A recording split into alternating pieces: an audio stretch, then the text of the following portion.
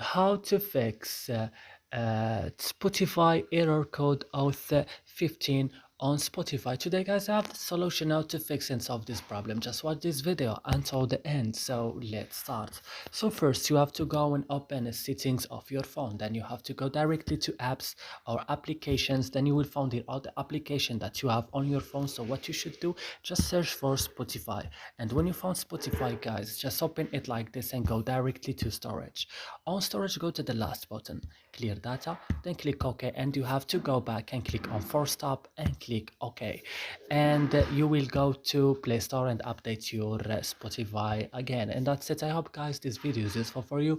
Don't forget to like, also subscribe in our channel, and see you in another videos.